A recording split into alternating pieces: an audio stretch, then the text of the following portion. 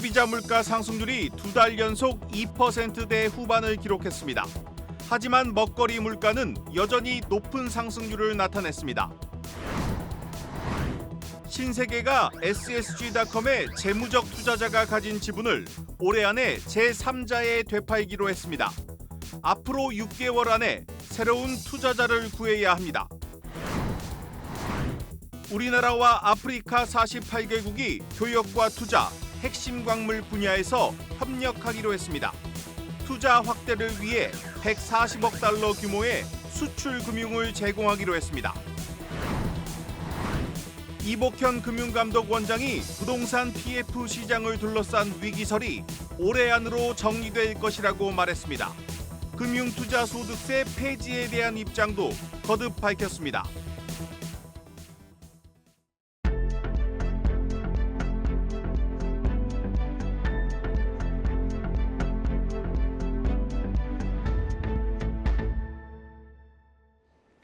뉴스 플러스 시작합니다. 소비자 물가 상승률이 2달 연속 2%대로 오르면서 안정되는 모습을 보이고 있습니다. 이제 물가 상승세가 사실상 정점을 지났다는 전망에 힘이 실리고 있습니다. 하지만 불안감은 여전합니다. 특히 6월부터 정부의 압박 때문에 가격 인상을 미뤘던 먹거리 물가가 한꺼번에 오를 수 있다는 우려가 나오고 있습니다. 첫 소식 김채영 기자입니다. 6월이 되자마자 식음료 가격이 한꺼번에 올랐습니다. 음료수 제품 가격은 평균 6.9%, 초콜릿도 12% 오릅니다. 밥상 필수품 김 가격도 평균 15% 비싸집니다. 정부의 물가 압박으로 미뤄졌던 장바구니 물가가 4월 총선, 5월 가정의 달을 지나 줄줄이 오르는 모습입니다. 이른바 도미노 인상인데 그 속도가 빨라 겨우 안정돼 가고 있는 물가가 6월을 기점으로 한 번 더 크게 상승할 수 있다는 우려가 나옵니다. 그동안 물가 상승의 주범으로 꼽혔던 농축수산물 가격도 여전히 높습니다. 많게는 한 100% 오른 것도 있고요. 적게는 한 30-40%? 이 정도 오른 것 같아요. 어떻게 해요?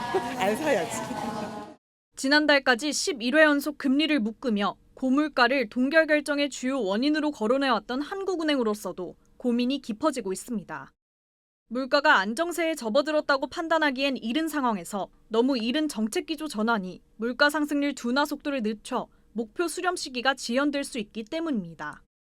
다만 물가의 기조적인 흐름을 보여주는 근원 물가 상승률이 2%대로 떨어지며 수요 측 요인은 둔화하고 있어 금리 인하 지점이 멀지 않았다고 보는 의견도 있습니다. 2% 초반대가 됐기 때문에 물가가 추세적으로 하락하는 것은 분명해 보입니다. 특히 수요 측 물가 상승 압력이 떨어지고 있는 것이고 그래서 기준금리 인하 시점이 멀지 않았다는 것을 보여주고 있거든요. 가장 큰 불안 요인은 에너지 가격, 국제유가죠. 1년 4개월 만에 최고치를 기록한 석유류 가격과 이번 달 예정돼 있는 유럽중앙은행의 금리 인하로 환율 상승의 변수가 남아있는 만큼 2, 3분기 물가 지표가 통화정책의 핵심 변수가 될 전망입니다. 한국경제TV 김채영입니다. 부동산 PF 구조조정이 본격 시작된 가운데 이복현 금융감독원장이 작심 발언을 쏟아냈습니다. 이 원장은 금융회사들의 부실 감추기를 지적하면서 선의를 믿기엔 이미 한계가 왔다고 말했습니다. 신용훈 기자입니다. 수년 전부터 감지된 부동산 PF 부실 문제가 점증하게 된 것은 C레벨 임원들의 책임 회피에 기인한다고 볼 수 있다.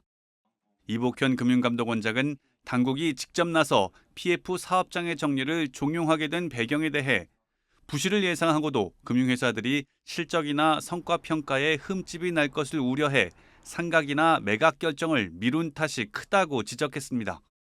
이 원장은 경공매 중심의 사업장 매각 방식이 헐값 매각을 부추기고 시장 침체를 불러올 수 있다는 지적에 대해 그간 자발적 의사결정을 기다리며 건전성 관리를 유도했지만 지표상 금융사의 선의를 믿기에는 시간이 너무 지난 감이 있다며 경공매가 아니더라도 다른 방법으로 건전성을 유지할 수 있으면 어떤 방식이든 상관이 없다고 강조했습니다. 어떤 식으로든 부실을 정리해야 한다는 입장을 다시 한번 확인한 셈입니다. 금융지주사들이 내놓은 내부 통제 강화와 지배구조 개선 방안에 대해서는 모든 걸 해결해 줄 거라고 전혀 생각하지 않는다며 다만 단번에 100%짜리 정답을 찾는 것은 아닌 만큼 3, 4년 후 다른 방식 등을 추가로 논의해 나가는 방식으로 해결할 필요가 있다고 언급했습니다. 내부 통제나 지배구조 개선의 경우 현 CEO들의 임기가 도래하는 시점에서 또다시 개선안을 논의하는 것이 바람직하다는 의견을 내놓은 셈입니다. 아울러 밸류업 프로그램과 관련해서는 초기 상장 단계부터 상장 제도에 맞는 기업과 그렇지 못한 기업들에 대해 적절히 대응하는 등 시장의 신뢰 회복을 위한 정책을 추진하겠다고 덧붙였습니다. 지난 2022년 6월 7일 첫 검찰 출신이자 역대 최연소 금융감독원장으로 취임한 이복현 원장. 남은 1년의 임기 동안 부동산 PF 등 현안과 함께 금감원의 조직문화 개편 등을 통해 감독과 검사 시스템의 효율성을 높인다는 방침입니다. 한국경제TV 신용훈입니다.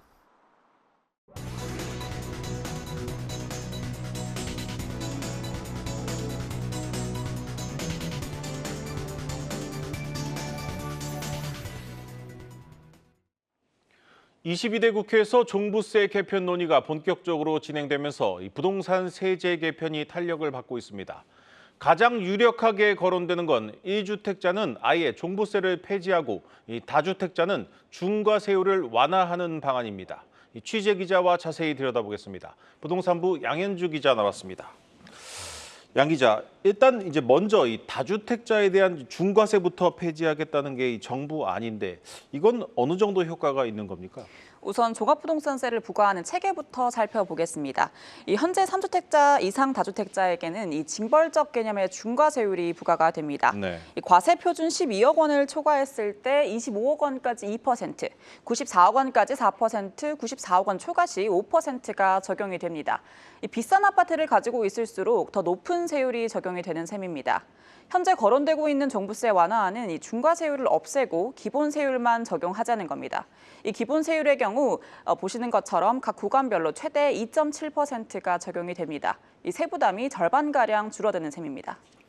네, 세금이 실제로 많이 줄어들 텐데 실제로 이제 얼마나 줄어드는지 한번 예를 들어서 한번 설명해 주시죠. 네, 이 종부세 과연 얼마나 줄어들지 우병탁 압구정 기업금융센터 부지점장의 의뢰에 산출을 한번 해봤습니다. 네. 이 한마디로 정리하면 집값이 높을수록 세부담이 세부담이 크게 줄어듭니다. 네.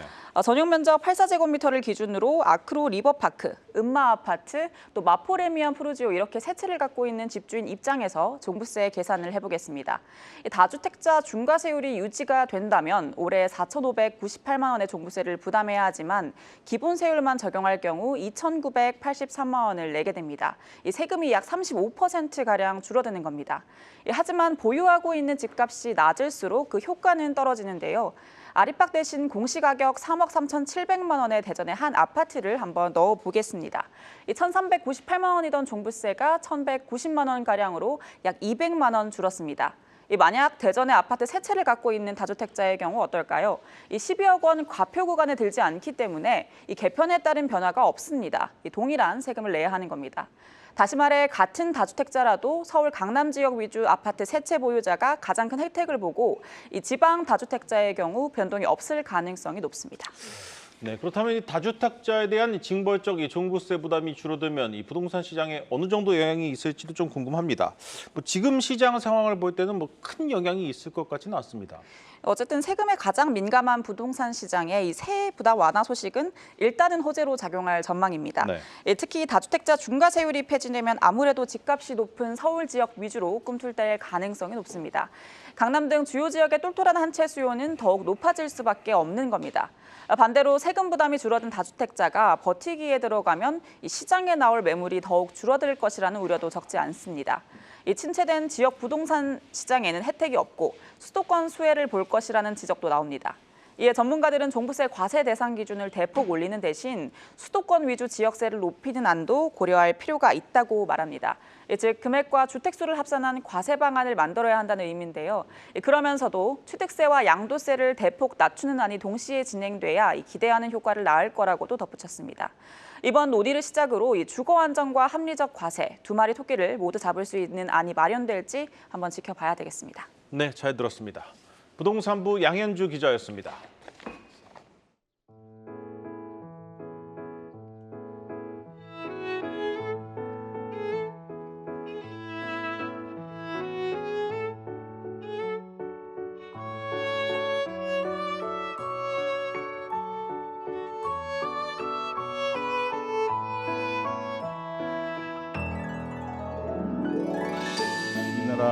불교계에서 사실은 굉장히 중요한 역할을 했음에도 불구하고 잘 알려지지 않았던 여성의 역할에 대해 주목하는 전시입니다. 한국, 중국, 일본 등 동아시아 전체의 그런 불교 문화를 통해서 여성이 불교에 끼친 영향과 그들의 그런 공덕을 기념하는 전시입니다.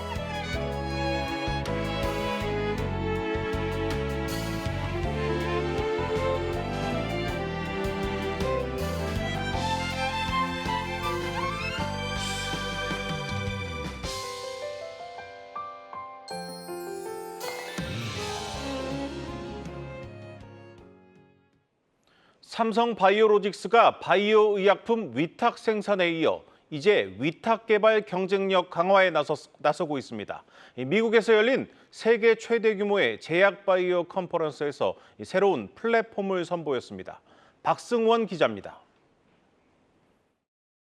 삼성바이오로직스가 미국 샌디에고에서 열린 2024 바이오 인터내셔널 컨벤션 바이오 USA에서 신규 CDO 플랫폼 S10CPI를 처음으로 공개했습니다. 첨단 배양 기술을 적용해 고농도 바이오 의약품 개발을 지원하는 플랫폼으로 배양기 내 배양액을 지속적으로 흘려보내는 관류식 배양을 통해 세포 배양과 노폐물 제거를 동시에 진행하는 기술이 적용됐습니다. 배양기 내 쌓여있는 노폐물이 세포 농도 증가를 방해한 기존 방식과 달리 S10CPI는 최종 세포 배양 직전 단계의 접종 세포 농도를 평균 30배까지 높여 생산성을 크게 향상시킬 수 있게 됐습니다. 신규 플랫폼뿐 아니라 신규 CDO 서비스 셀렉 테일러를 출시해 마케팅 활동에도 적극 나선다는 방침입니다. 이처럼 삼성 바이오로직스가 CMO에 이어 CDO 경쟁력 강화에 나선 건 회사의 성장성이 CDO 사업 확대에 달려있다고 판단한 것으로 분석됩니다. 인도와 중국의 후발 CMO 기업들이 뒤를 따라오면서 그 앞단인 CDO 사업을 공략해 선점 효과를 누리겠다는 보관입니다. 기업들은 개발을 함께한 CDO 파트너사에게 CMO 계약을 연달아 맡기는 경우가 많은데 이럴 경우 고객 선점은 물론 추가 수익 창출도 가능합니다. 지난해 CDO 수장을 상무급에서 부서장급으로 올리고 기술 플랫폼을 지속적으로 고도화하는 것도 CDO 경쟁력을 강화하겠다는 의지로 읽힙니다. 여기에 미중 갈등으로 신규 고객을 유치하는 데 유리한 환경이 조성된 점도 영향을 미친 것으로 보입니다. 미국 의회에서 중국 바이오 기업과의 거래를 제한하는 법안을 의결하면서 중장기적으론 CDO 강자인 중국 우시바이오로직스의 타격이 예상됩니다. 이 같은 미중 갈등으로 이번 바이오 USA에 우시바이오로직스를 비롯한 중국 기업들이 일제히 불참하면서 삼성 바이오로직스의 반사 이익이 기대되고 있는 겁니다. 신규 공장을 추가적으로 건설하고 거기에 CDO 쪽으로 강화하는 모습들을 보이고 있습니다. 그래서 특히 우시의 그런 생물보안법 미국 내의 그런 그 영향들을 조금 수혜를 받기 위한 노력도 있지 않겠는가 이렇게 볼 수 있습니다. 삼성 바이오로직스가 CMO에 이어 CDO 경쟁력 강화에 나서며 위탁 개발 생산, CDMO 리딩 기업으로 도약한다는 포부입니다. 한국경제TV 박승원입니다.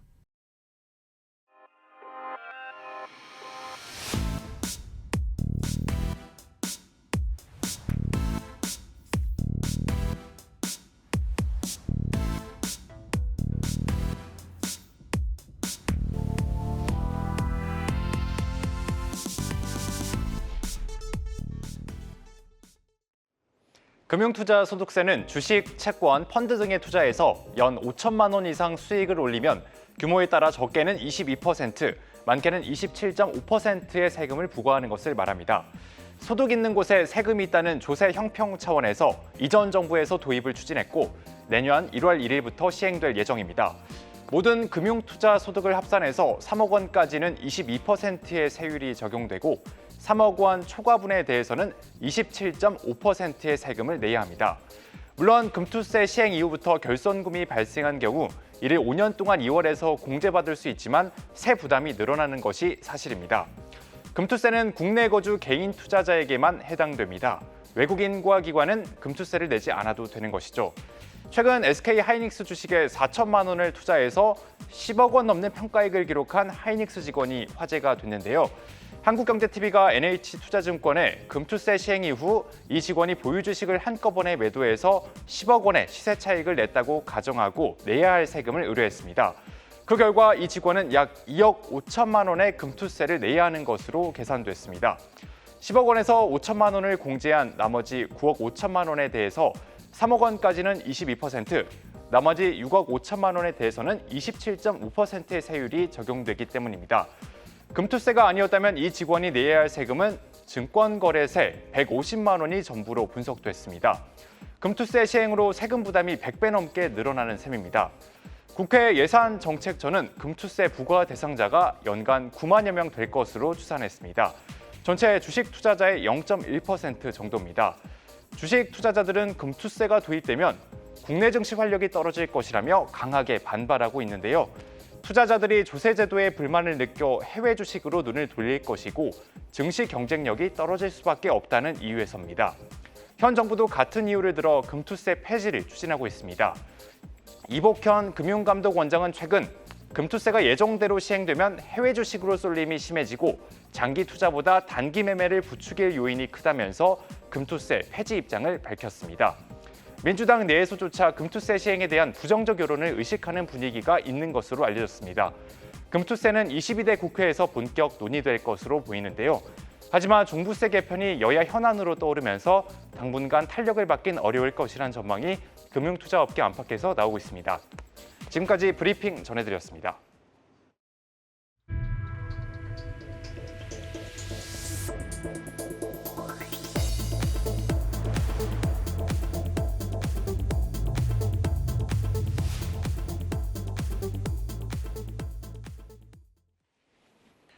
우리나라와 아프리카 48개국이 교역과 투자, 핵심 광물 분야에서 협력하기로 했습니다. 윤석열 대통령은 우리 기업들의 아프리카 진출을 확대하기 위해 140억 달러 규모의 수출 금융을 제공하겠다고 약속했습니다. 임동진 기자입니다. 한국과 아프리카 간 미래 협력 증진을 위한 청사진이 마련됐습니다.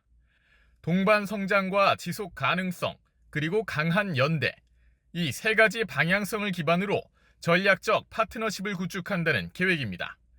특히 교역과 투자를 촉진하고 도로, 철도 등 대규모 인프라에 대한 협력을 강화하기로 했습니다.